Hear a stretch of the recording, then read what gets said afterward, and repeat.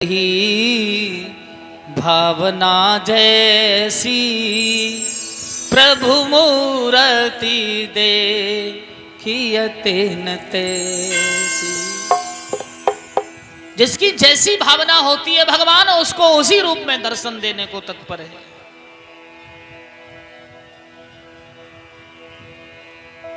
भगवान पत्ते पत्ते में वास करता है, कड़ कड़ में वास करता है।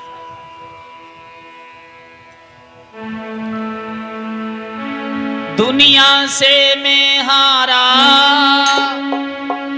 तो आया तेरे द्वार, यहां से भी जो हार गया तो जाऊं कहां सरकार। दुनिया से मैं हारा आया तेरे द्वार, यहां से भी जो हारा तो जाऊं कहां सरकार। मैं हारा आया तेरे द्वार, हार गया तो जाऊं कहां सरकार।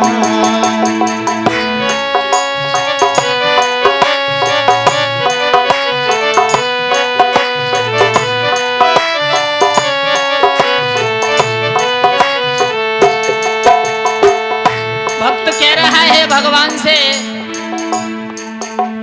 संसार से हार गया प्रभु, अब तो मैं तुम्हारे द्वार पर तुम्हारी शरण में आया हूं और संसार से हार गया, मुझे कोई दुख नहीं हुआ। पर अगर तुम्हारे द्वार से भी हार गया तो फिर मेरा जीना संभव नहीं है। दुनिया से मैं हारा, अरे दुनिया से मैं हारा तो आया तेरे द्वार, यहाँ से भी जो हार गया तो जाऊं कहां करता। तो आया तेरे द्वार तो जाऊं कहां सरकार।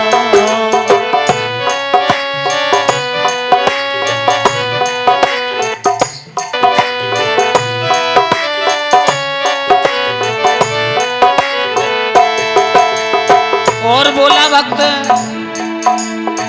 सुख में प्रभु तेरी याद नहीं आई, दुख में हरि तुझसे प्रीति लगाई।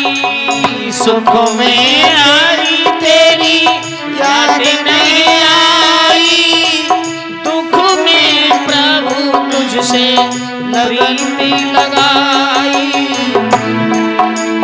सारा दोषी हमारा, सारा दोषी हमारा करता हूँ स्वीकार, यहाँ से भी जो आरा तो जाऊं कहां सरकार। दुनिया से मैं हारा तो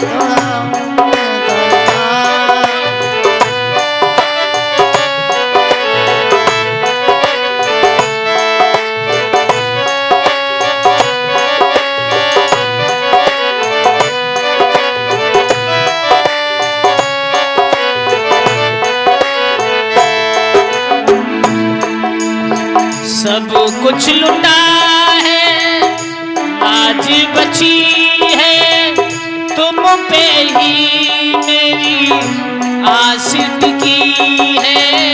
सब कुछ लुटा है,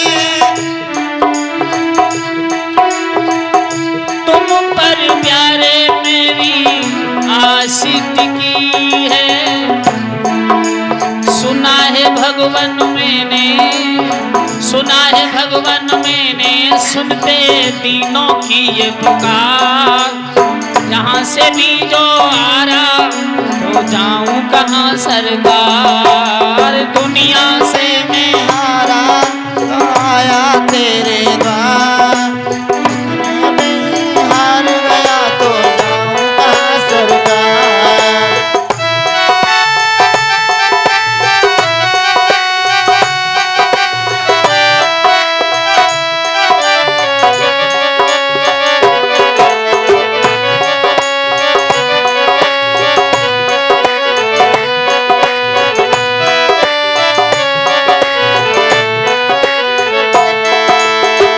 और क्या बोला है भक्त, जिसको बताया मैंने अफसाना, सबने बताया तेरा ठिकाना। हे भगवान, मैंने जिसको बताया कि ये मेरा दुख है, जिसे बताया कि ये मेरा दुख है, बस उसने यही बताया कि इस दुख इस संकट के मालिक तो मेरे भगवान हैं। जिसको बताया अपना अफसाना, सबने बताया प्यारे तेरा ठिकाना। सब कुछ छोड़ के आया, अरे सब कुछ छोड़ के आया भगवान में तो तेरे द्वार। यहाँ से भी जो हारा तो जाऊं कहाँ सरकार, दुनिया से मैं हारा तो आया तेरे द्वार, यहाँ से भी तो हार गया तो जाऊंगा सरकार।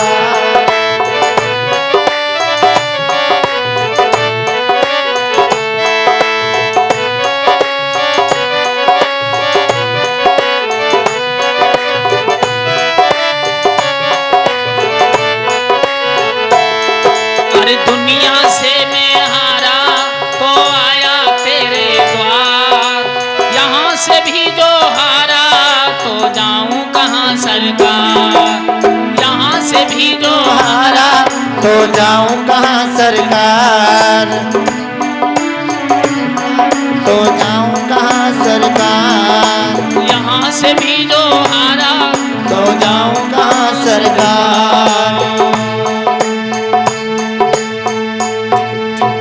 बोलिए आनंद कंद भगवान की जय हो। भगवान सुखदेव जी कहते हैं कि कश्यप ऋषि की 2 पत्नियां हैं, दिति और अदिति।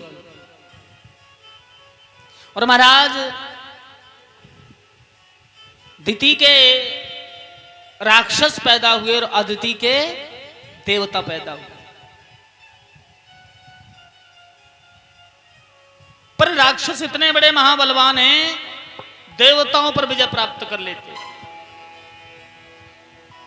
आपने देखा होगा जो सज्जन व्यक्ति होता है ना, सज्जन व्यक्ति पर जो राक्षस प्रवृत्ति का व्यक्ति होता है वो बहुत जल्दी अधिकार जमा लेता है। सज्जन साधारण पुरुष अगर है और राक्षस प्रवृत्ति के इंसान से अगर उसकी मुठभेड़ हो जाए तो समझ लो सज्जन काम से गए। तो राक्षस तो भैया साम दाम दंड भेद सब कुछ जानते हैं। क्यों महाराज? अब राक्षस इतने बड़े बलवान हैं, इतने बड़े बलवान कि देवताओं को कंदरा में छुप करके बैठ के भजन करना पड़ता है। एक दिन भगवान श्री हरि नारायण को सभी देवताओं ने याद किया। भगवान प्रकट हुए, प्रभु हम इतने निबल बन के कब तक रहेंगे? जब चाहें तब राक्षस हमको युद्ध में परास्त करते हैं। आप कोई ऐसी प्रिया क्रिया या प्रकृति बताओ कि जो हम इनसे लड़ने में सक्षम हो जाए।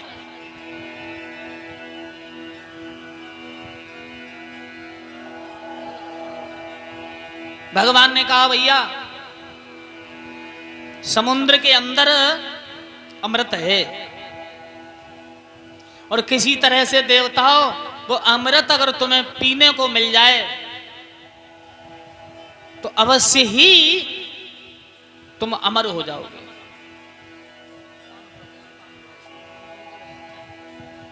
आज उसी समय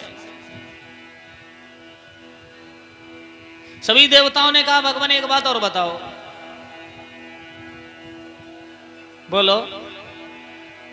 चलो समुद्र के पास अमृत है, फिर समुद्र की धरोहर को हम कैसे छीन सकते हैं? अगर किसी के पास बहुत बड़ी संपत्ति है तो संपत्ति का वो अधिकारी है और उस संपत्ति को छीनने के लिए कुछ तो उसके अंदर नुकुस से निकालना पड़ेगा कि ऐसे किसी पर संपत्ति छीन लोगे। सज्जनों, भगवान शिव ने कहा भैया उसके अंदर कमी हम बना देंगे। अगर किसी से कुछ छीनना है, लड़ाई झगड़ा, तो किसी कमी पर ही तो लड़ाई झगड़ा करोगे, बिना कमी के किसी के घर में भाग पड़ोगे। तो भगवान शिव बोले कमी हम बना देंगे, लड़ तुम लेना।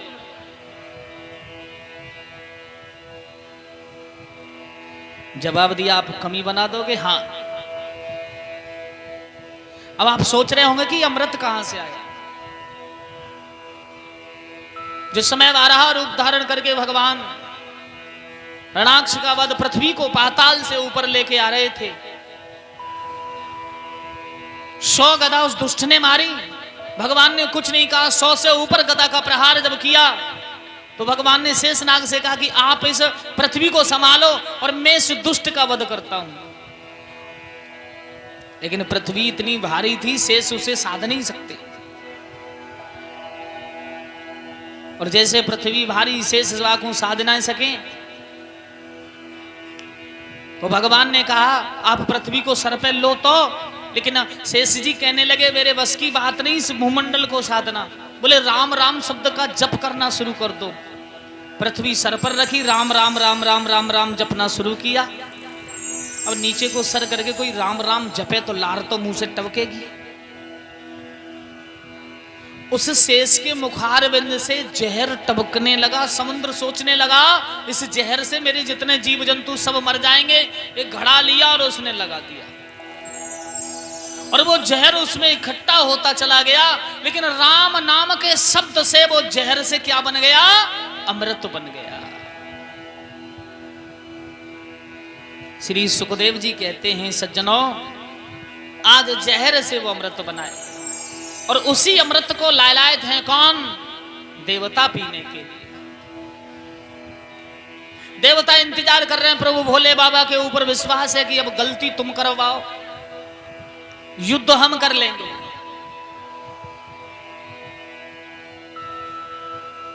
कैलाश पर्वत से भगवान भोले बाबा ने देवी गौरा से कहा आज प्यास लग रही है और कैलाश का जल नहीं, आज जल समुद्र से लेके आओ।